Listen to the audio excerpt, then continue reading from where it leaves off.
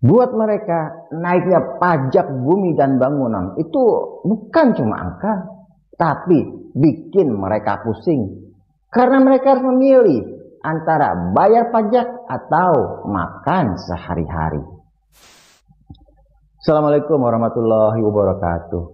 Pati pada bulan Agustus 2025 ini sedang panas-panasnya. Bukan karena festival atau musim panas, karena naiknya pajak bumi dan bangunan sebesar 250%. Dan ini yang bikin heboh.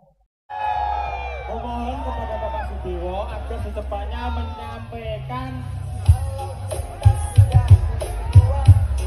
Di Pati ini banyak juga warganya itu yang hidupnya bisa dikatakan susah. Apalagi tahu-tahu muncul adanya kenaikan pajak dari pemerintah daerah itu sebesar 250% itu.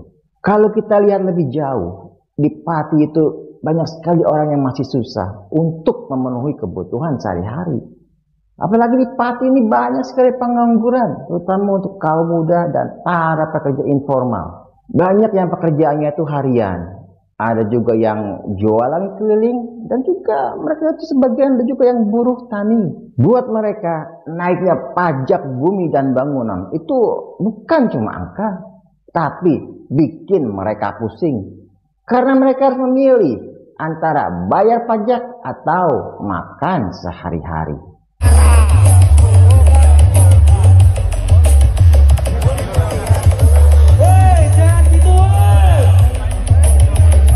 Terkadang itu penghasilan mereka juga nggak menentu.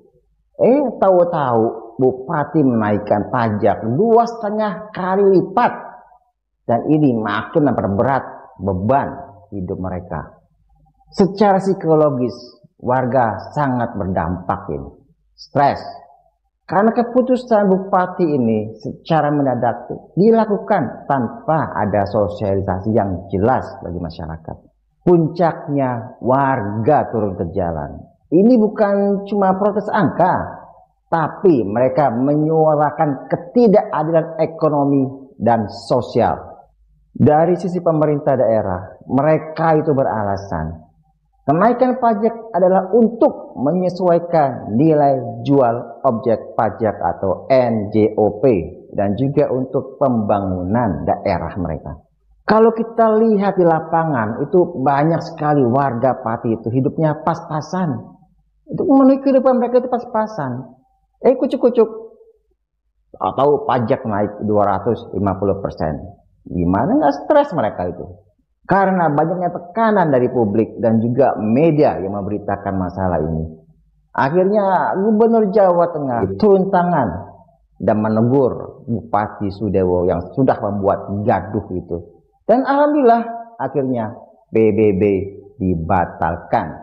Yang pajaknya 250% itu dibatalkan.